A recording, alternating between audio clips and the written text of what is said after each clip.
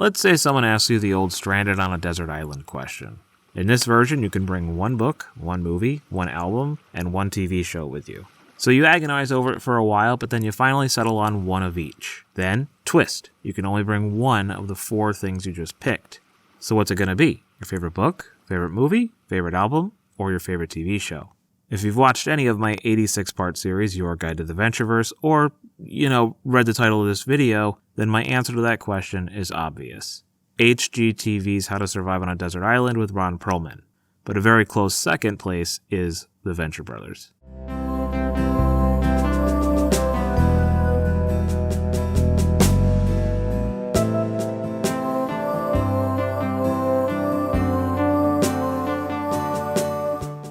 So today I'm going to tell you exactly why The Venture Brothers is my all-time favorite TV show, and why it's like nothing else that's ever existed or probably will ever exist. Strap yourself in, this is going to be a long ride. Before we talk about The Venture Brothers, we have to lay a little groundwork. There were 2 things that needed to exist for The Venture Brothers to exist. Number 1, Jonny Quest. I remember trying to describe The Venture Brothers to my girlfriend at the time by saying, basically it's like, what if Jonny Quest grew up and he was kind of emotionally damaged by his childhood, but it's also the only life he knows, so he kind of falls into the same patterns. Bodyguard, a couple of kids tagging along, super science. Also, Jonny Quest is kind of a character on the show, so they're in the same world, but not exactly. But early on, Race Bannon was actually on the show, to which she replied, "Who's Jonny Quest? And what's a Race Bannon? And do you think we should see other people?" In answer to her first question, Jonny Quest is an action-adventure Hanna-Barbera cartoon from 1964 about Jonny Quest, a kid whose dad was a super scientist, had a sort of adopted Indian brother. I think they kind of just took him, and they travel the world with their bodyguard Race Bannon, getting into scrapes with various bad dudes, notably including recurring bad dude Dr. Zinn. It's also been revived a few times, both in animated form and in comic books. So yeah, I imagine that this is how the show was pitched to Adult Swim back in the early aughts. Jonny Quest, but older and dysfunctional in a shittier world, which nicely segues into the second key ingredient the Venture Brothers needed to survive, Adult Swim.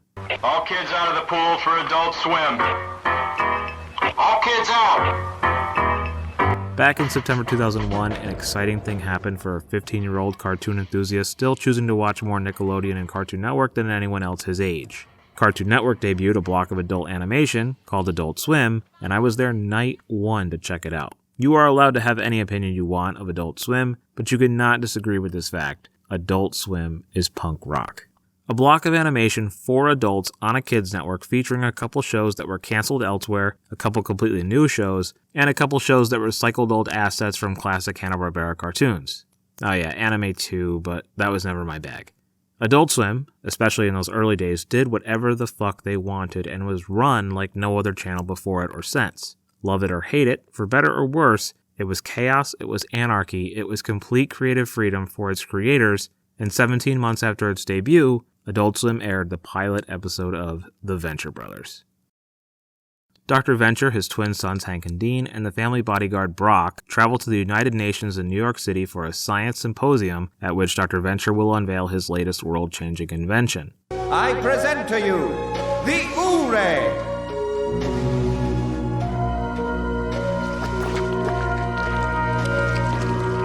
Dr. Venture, that is enough! Meanwhile, a mysterious man tries to steal Dr. Venture's invention, and a butterfly-themed villain attempts to kidnap Hank and Dean. Dr. Venture's precocious prodigies.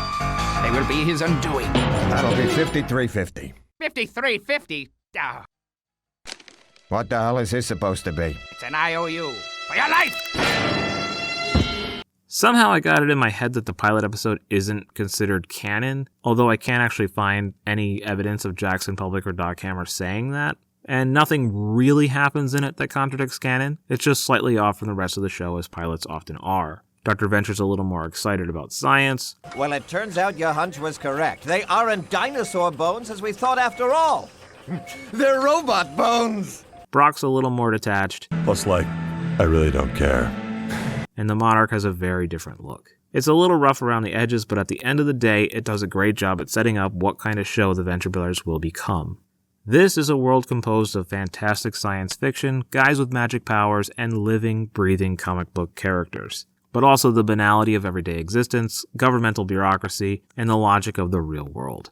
Great, we knocked them out. What is this, an episode of Gilligan's Island? Everybody gets hit once and they are instantly unconscious? Good one. $6 says he has amnesia when he wakes up. Oh, and also it's funny. After another year and a half, the first proper episode of The Venture Brothers premiered.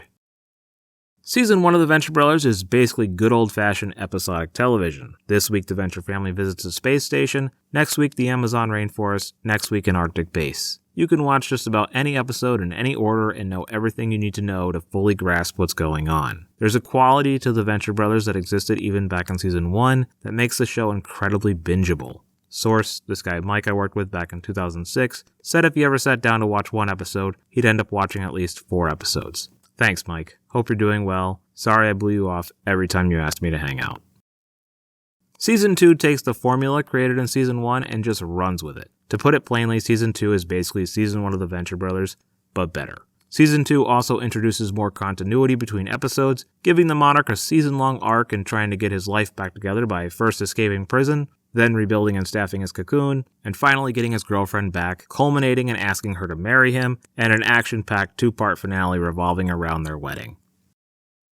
I always really liked The Venture Brothers, but Season 3 was when I looked across the table at my best friend and realized the love of my life had been right there in front of me the whole time. Season 3 does a ton of work to flesh out the past of the Ventureverse, while continuing to tell fantastic stories in the present day. And then at the end of Season 3, the status quo gets burned to the ground. Season 4 sees Brock quit his job as the Venture bodyguard, Sergeant Hatred taking over as the new bodyguard, 21 mourning the loss of his best friend, and new character designs. The Venture Brothers had a formula that worked, and Jackson Publick and Doc Hammer decided to say, fuck it, let's try something new. Season 4 is also, in my estimation, the first time that you officially can't just jump in and watch a random episode without being completely lost. Behind the scenes, Jackson and Doc were super stressed and overworked, so this season was split into 2 8-part chunks. In Season 5, the eponymous Venture Brothers continue to grow, with Dean notably going through a crisis and becoming goth. The series makes a slight return to the Adventure of the Week formula with trips to the jungle, Grecian Island, and the season concludes with a special returning the family to outer space and once again burning the status quo to the ground, this time more literally. Season 6 brings the Venture family to New York City after Dr. Venture inherits his late brother's business. Hank gets a girlfriend, Dean attends college, and Brock returns to his post as the Venture bodyguard. But maybe most importantly, we get our most serialized story ever from the Monarch taking on the mantle of the Blue Morpho. And finally, Season 7 is basically more of Season 6, with a whole lot less Blue Morpho. So what makes this show so damn special? Why is it my favorite? Why will there never be another Venture Brothers? Well, first of all, quick note, Jackson Publick's legal Christian name is Christopher McCullough, but for the purposes of all things Venture Brothers, he goes by Jackson Publick, with the exception of his voice acting credit, which I'm certain is some Actors Union SAG bullshit. For some reason, I often see people online referring to him as Chris like they're old grade school chums, and just knock that shit off, would ya? So Jackson Publick and Doc Hammer are the minds behind the Venture Brothers. Outside of the Venture Brothers, Doc Hammer plays in a band and is a painter. Meanwhile, Jackson... To be honest, I don't really know what else Jackson does. He doesn't really talk about himself all that much, neither of them are that active on social media, and their personal lives are pretty hush-hush. Personally, I would kill a man to get one or both of them to do a podcast. For all intents and purposes, both are credited as the creators of the Venture Brothers, but the story goes that Jackson Publick came up with the idea of the Venture Brothers and was shopping it around when he met Doc Hammer at a party thrown by their mutual friend, Ben Edlund, the creator of The Tick, which Jackson used to work on. The two hit it off and went on to become writing partners. Honestly, though, calling them writing partners might be a little bit reductive, as not only do they both write the Venture Brothers, but they do voices for the majority of the characters, graphic design, directing, post-production, and probably a bunch of other crap too that I'm not thinking of at the moment. For better and for worse, the Venture Brothers is the singular shared vision of just these two men. And yes, I did just say for worse. You see, the Venture Brothers is my favorite show of all time, but even I can acknowledge that it's not perfect. Let's get that stuff out of the way right now.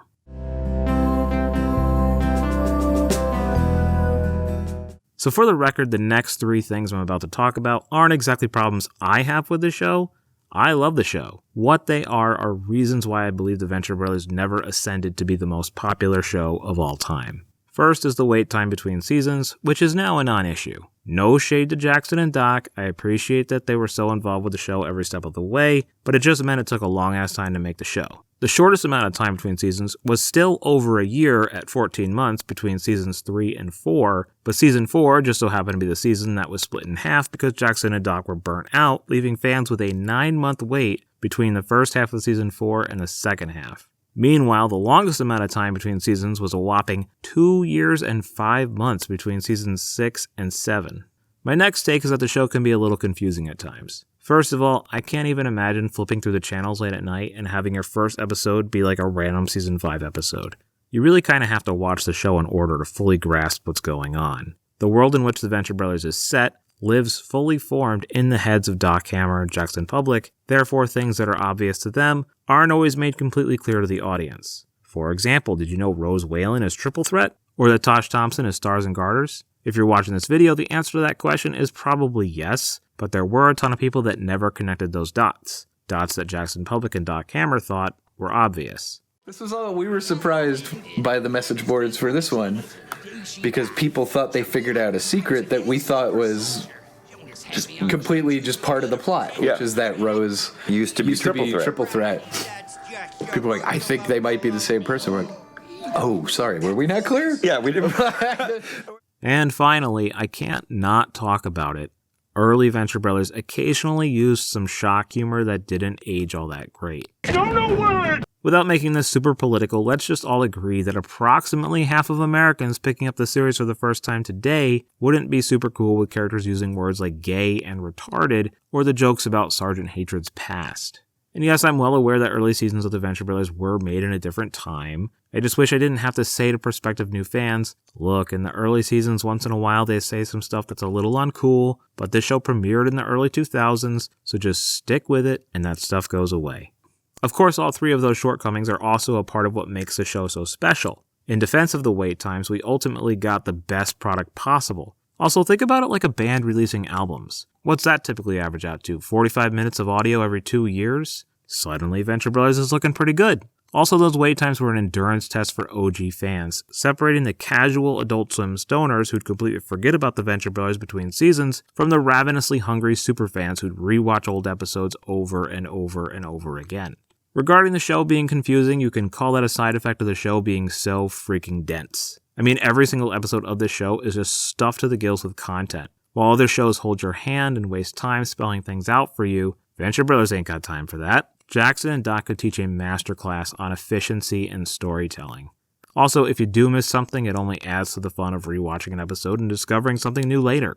And finally, it's a little harder to put a positive spin on stuff like using the word gay as a pejorative, but I can at least say that the writing is naturalistic. These are the kinds of things people were saying in 2004, and the Venture Brothers captures that moment in time realistically. Also, stick it out and you'll eventually meet Shore Leave, maybe the greatest, coolest gay representation in fiction of all time. Honestly, get these guys a GLAAD award for Shore Leave. Shore Leave fucking rules. So those were the bad things about the Venture Brothers, which I managed to spin into good things, but let's just spend the rest of this video worshipping at the feet of the Venture Brothers. First of all, sometimes when I'm talking about the show and not watching the show, I need to remind myself that this show is first and foremost a comedy, and a damn good one. Jackson and Doc somehow managed to have both similar comic sensibilities and starkly different comic sensibilities at the same time. Under intense scrutiny, I believe Jackson tends to be a little sillier, Brick Frog! Thank you!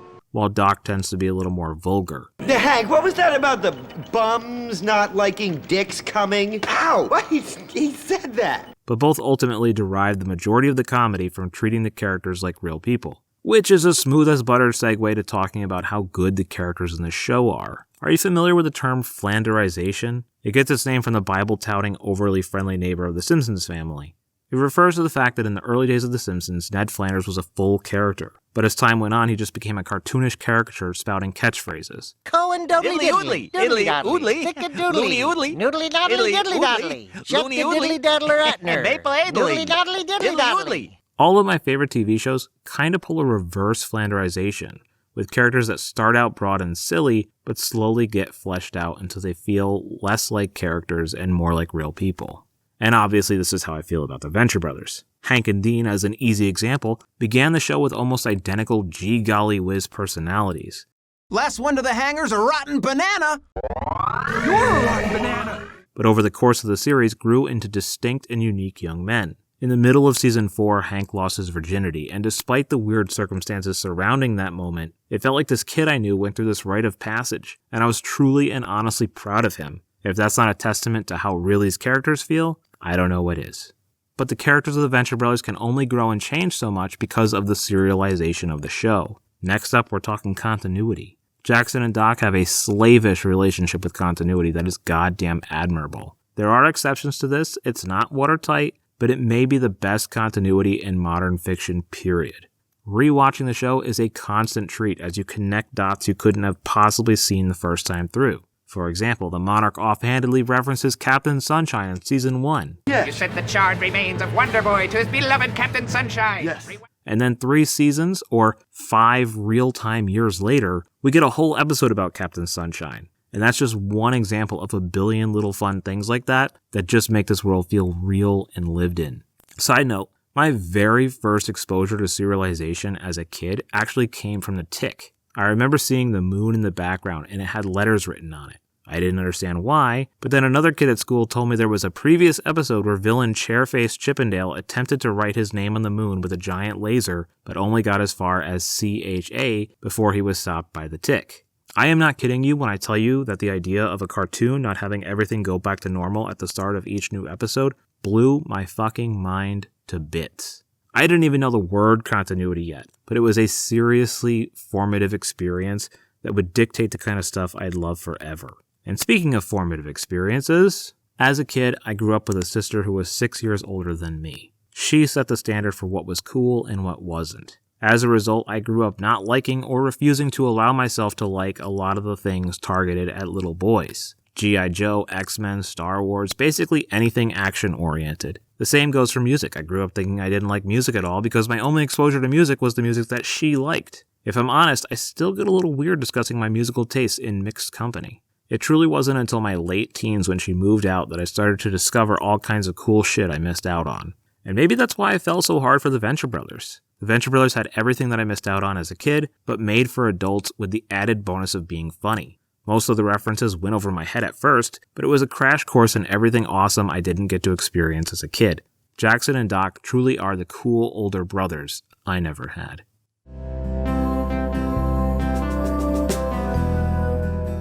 At the time of my writing this, it's 2022 and I'm 36 years old. The first season of The Venture Brothers premiered 18 years ago, which means that The Venture Brothers had been a part of my life for half of my life, and the entirety of my adult life. College, jobs, apartments, girlfriends, meeting my wife, getting married, having a baby, currently another one on the way. The Venture Brothers has been with me through it all. In the best times, I have memories of introducing the show to friends, roommates, girlfriends, and in the worst times, The Venture Brothers was my personal security blanket, marathoning the show to cling on to some simpler time instead of dealing with whatever thing I was going through. In my head, I've always sort of thought of The Venture Brothers as a boutique TV show. You're not getting some mass-produced junk from Walmart. You're getting a handcrafted, high-quality, unique product made primarily by just 2 men. When I sat down to write this video essay about what makes this show special, I assumed it would essentially be a bulleted list of things I love about the show. But what I soon realized is that you really only need one bullet point: Jackson Publick and Doc Hammer. I mean, they are the omnipotent gods that oversee the Ventureverse. So of course any positive thing I say about the show can ultimately be connected back to them. I've always sort of imagined Jackson and Doc going into the attics of their childhood homes, grabbing every box they could, then meeting back up at the Astro Base and just dumping all that stuff on the ground into one big pile of Star Wars toys, comic books, David Bowie albums, G.I. Joes, James Bond tapes, Tom Swift novels, and Jonny Quest lunchboxes.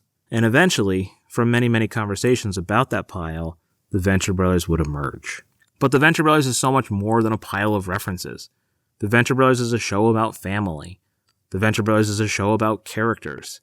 The Venture Brothers is a commentary on outdated ideas of masculinity as advertised to little boys. And what the Venture Brothers truly is the product of a deep friendship between 2 men who over the span of almost 20 years turned their shared nostalgia into something wholly unique and worked their asses off to create one of the greatest TV shows of all time. Thank you, Jackson and Doc, and go Team Venture.